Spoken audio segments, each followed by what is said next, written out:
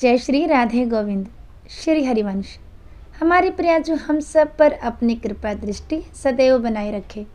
आज हम इस वीडियो में भौम प्रदोष व्रत की कथा सुनेंगे। प्रदोष व्रत का हमारे शास्त्रों में बहुत अधिक महत्व है। त्रयोदशी तिथि पर प्रदोष व्रत रखा जाता है। हर माह में 2 बार प्रदोष व्रत किया जाता है। साल में कुल 24 प्रदोष व्रत पड़ते हैं और मंगलवार को पड़ने वाले प्रदोष व्रत को भौम प्रदोष व्रत कहा जाता है। यह व्रत देवों के देव महादेव जी को समर्पित होता है।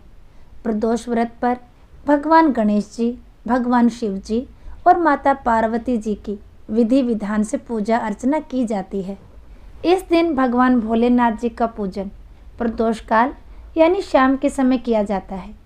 कहते हैं कि प्रदोष व्रत की शाम को भगवान शिव प्रसन्न मुद्रा में होते हैं और ऐसे में यदि भक्त उनसे कुछ मांगे तो वह प्रसन्न होकर सभी मनोकामनाएं पूरी करते हैं।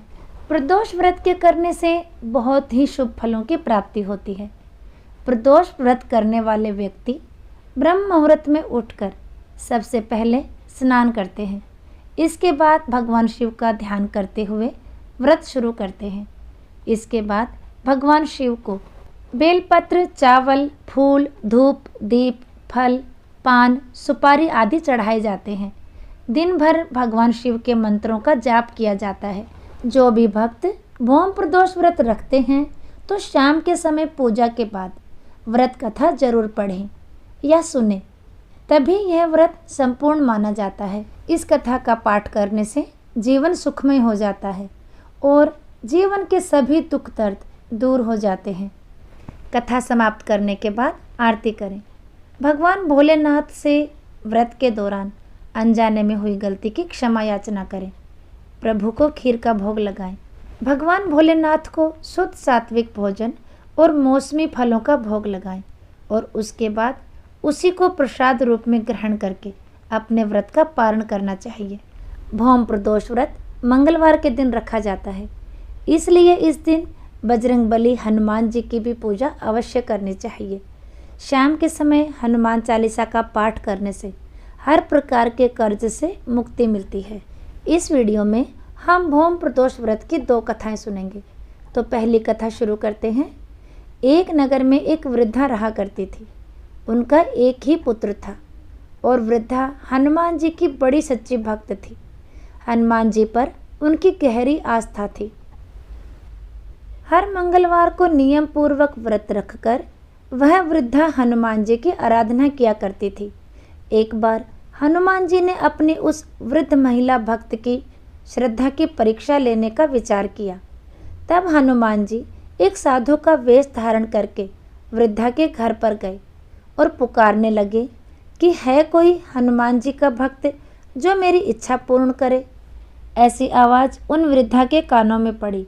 पुकार सुनकर वृद्धा जल्दी से दौड़ी दौड़ी बाहर आई और साधु महाराज को देखा तो उन्हें हाथ जोड़कर प्रणाम करके बोली, आज्ञा दीजिए महाराज। हनुमान वेशधारी साधु बोले, मैं भूखा हूँ, भोजन करूँगा, आप थोड़ी जमीन लीप दो।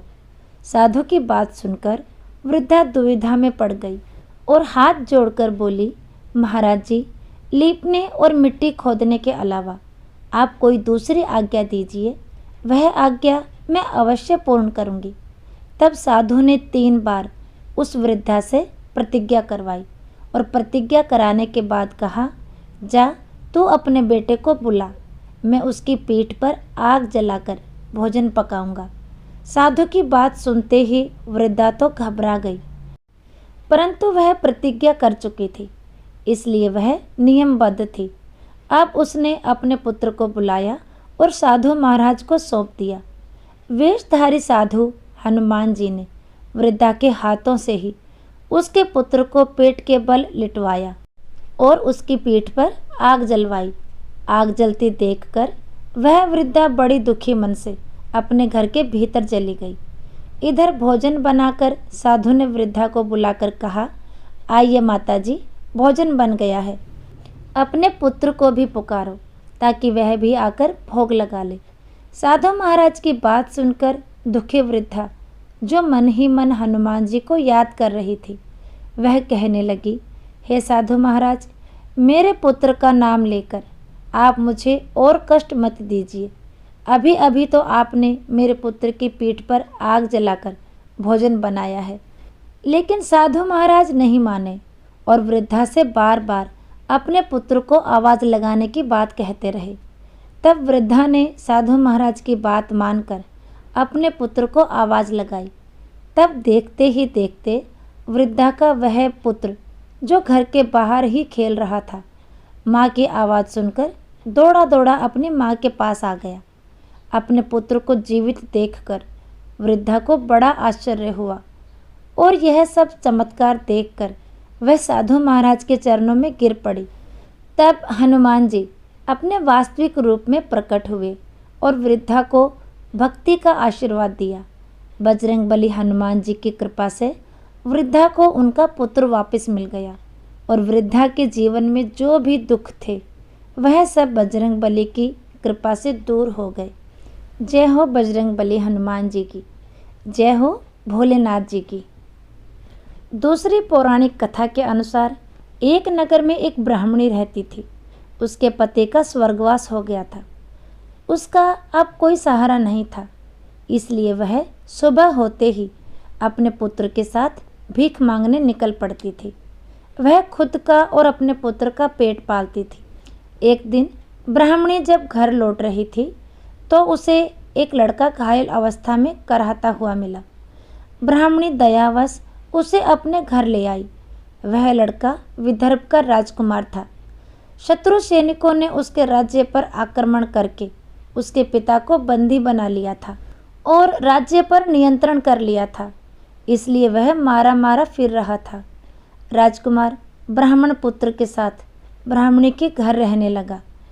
एक दिन अंशुमति नामक एक गंधर्व कन्या ने राजकुमार को देखा तो वह उस पर मोहित हो गई। अगले दिन अंशुमति अपने माता पिता को राजकुमार से मिलने लाई। उन्हें भी राजकुमार पसंद आ गया। कुछ दिनों बाद अंशुमति के माता पिता को भगवान शंकर ने स्वप्न में आदेश दिया कि राजकुमार और अंशुमति का विवाह कर दिया जाए। भगवान भोलेनाथ के आदेश अनुसार वैसा ही किया गया। ब्राह्मणी प्रदोष व्रत करने के साथ साथ भगवान शंकर की पूजा पाठ भी किया करती थी। प्रदोष व्रत के प्रभाव और गंधर्वराज की सेना की सहायता से राजकुमार ने विदर्भ से शत्रुओं को खदेड़ दिया और पिता के साथ फिर से सुखपूर्वक रहने लगा। राजकुमार ने ब्राह्मण पुत्र को अपना प्रधानमंत्री बनाया। मान्यता है कि जैसे ब्राह्मणी के प्रदोष व्रत के प्रभाव से दिन बदले, वैसे ही भगवान शंकर अपने भक्तों के दिन फेरते हैं। भगवान भोलेनाथ ने उस ब्राह्मणी और उसके पुत्र पर जैसी कृपा करी, वैसे ही प्रभु हम पर भी करें। जय हो भोलेनाथ की, जय हो बजरंगबली की। तो आज का वीडियो यहीं तक, फिर मिलेंगे अगले वीडियो में। तब तक के लिए सभी को प्रेम भरी राधे राधे।